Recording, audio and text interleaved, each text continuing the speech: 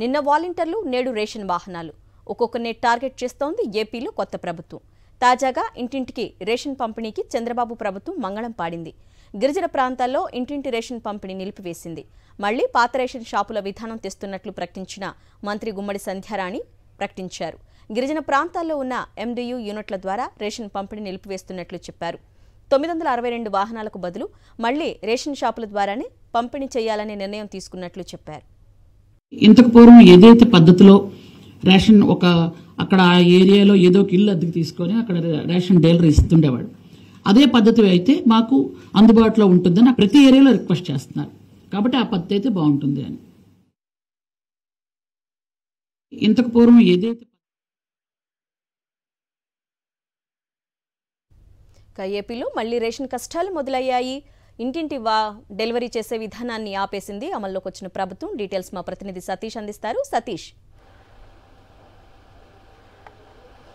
అరుణ, నిన్న కేబినెట్ సమావేశంలో వాలంటీర్లకి షాక్ ఇచ్చి వాలంటీర్లని ఇంటింటికి పెన్షన్ పంపిణీ నుండి దూరం చేసినటువంటి రాష్ట్ర ప్రభుత్వం వాళ్ళ మరొక కీలక నిర్ణయం తీసుకుంది. ముఖ్యంగా ఈ నిర్ణయం ప్రస్తుతం గిరిజన సంక్షేమ శాఖ పరిధిలో తీసుకున్నారు. ఏదైతే గిరిజన ప్రాంతాల్లో ఇంటింటికి రేషన్ పంపిణీ మొబైల్ డిస్ట్రిబ్యూషన్ యూనిట్స్ ద్వారా జరిగిన ఏదైతే ఎండియు వాహనాల ద్వారా జరుగుతూ వచ్చిందో ఆ విధానానికి స్వస్తి పలకాలని గిరిజన సంక్షేమ శాఖ నిర్ణయించింది. ఈరోజు గిరిజన సంక్షేమ శాఖ మంత్రి గుమ్మడి సంధ్యారాణి తన శాఖ అధికారులతో సమీక్ష నిర్వహించిన తర్వాత కొద్దిసేపటి కిందట మీడియాతో ఈ విషయం చెప్పారు. ఇంటింటికి రేషన్ పంపిణీ ఇప్పుడు ఏ విధంగా అయితే మొబైల్ యూనిట్స్ ద్వారా ఏవైతే ప్రత్యేకమైనటువంటి రేషన్ పంపిణీ వాహనాల ద్వారా గిరిజనులకు మారుమూలు ఉన్నటువంటి గిరిజనులకు వాళ్ళ ఇళ్ల దగ్గరికే వెళ్ళి అందించేటువంటి ఏర్పాటు చేసినటువంటి పరిస్థితి. సో గత చాలా సంవత్సరాలుగా ఈ విధానం అమలవుతుంది.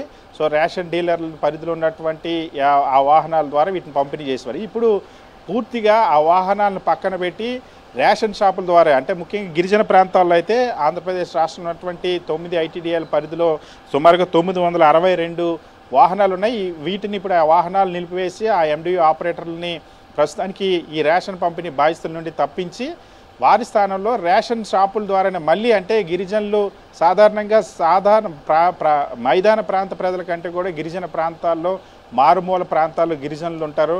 సో ఒక హ్యామ్లెట్లోనే అనేక విలేజెస్ ఉంటాయి.